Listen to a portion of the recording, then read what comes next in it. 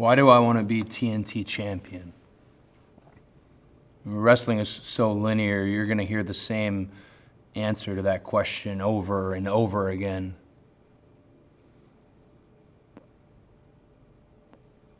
You'll even hear the announcers strike some of the same hyperboles as they describe the stakes. The wrestlers will give you that real wrestling school, paint by numbers interview where they say things like, you see, the boys in the back.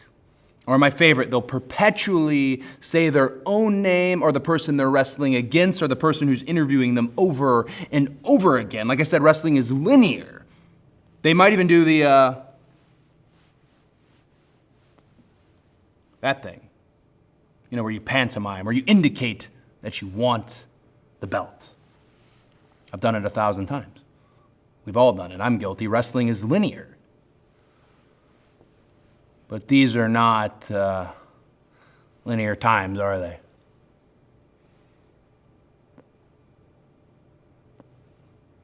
I think we'd all give our last dollar for a little bit of normalcy, a little bit of linear. It's my personal hope that we get through this just fine. We want to live by each other's happiness, not each other's misery, right? So why do I need to become TNT champion?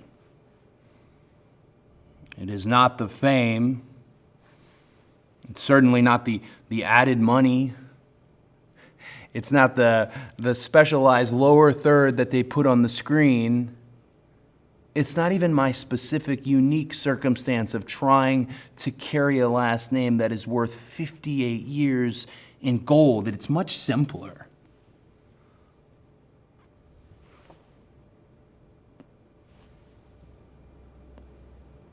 It's because I don't want to lose. AEW has 4 major pay-per-views. Double or Nothing, All Out, Full Gear, Revolution, and I'm 50-50. I felt lost, and I don't ever want to lose. The motto, the expression, what the Nightmare family means, it's sitting on the side of my neck. It's when we say, do the work. It's not do the work and lose. And this tournament is flush, is rich in talent. Take Colt Cabana.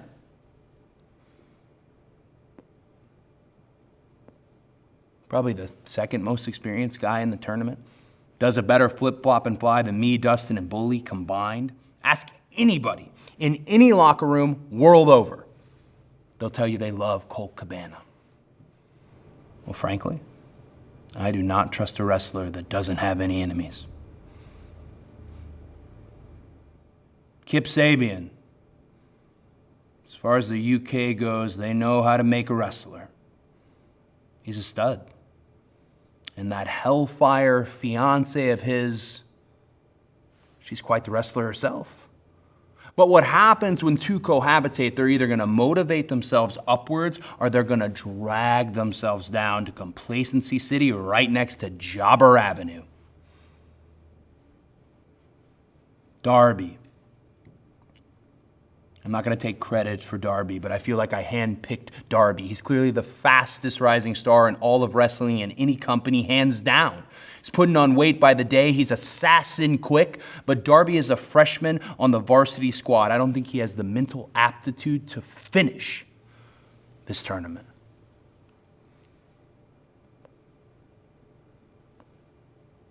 My oldest friend, if you could put it that way, Sean Spears, my former tag team partner, kind of my Dick Murdoch.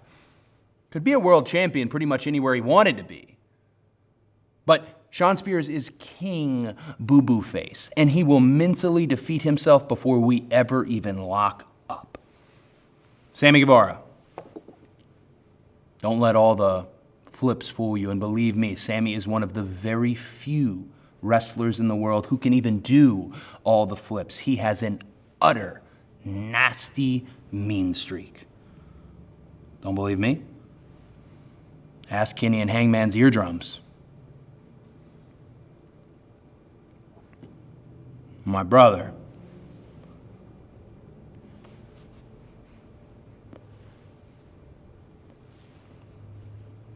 I love my brother. But wrestling Dustin at Double or Nothing, beating Dustin at Double or Nothing, split my soul to the bone. I don't ever want there to be a rematch, but I'd be remiss if I didn't say I think he's the best wrestler in the tournament. That just leaves us with Big Lance. Jake Roberts has sure had a lot to say to me about Lance.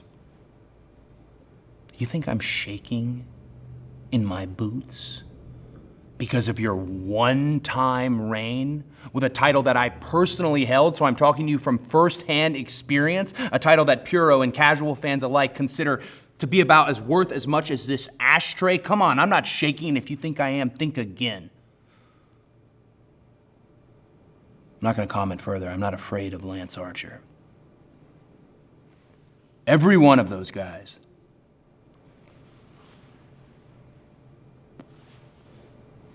they want to be TNT champion.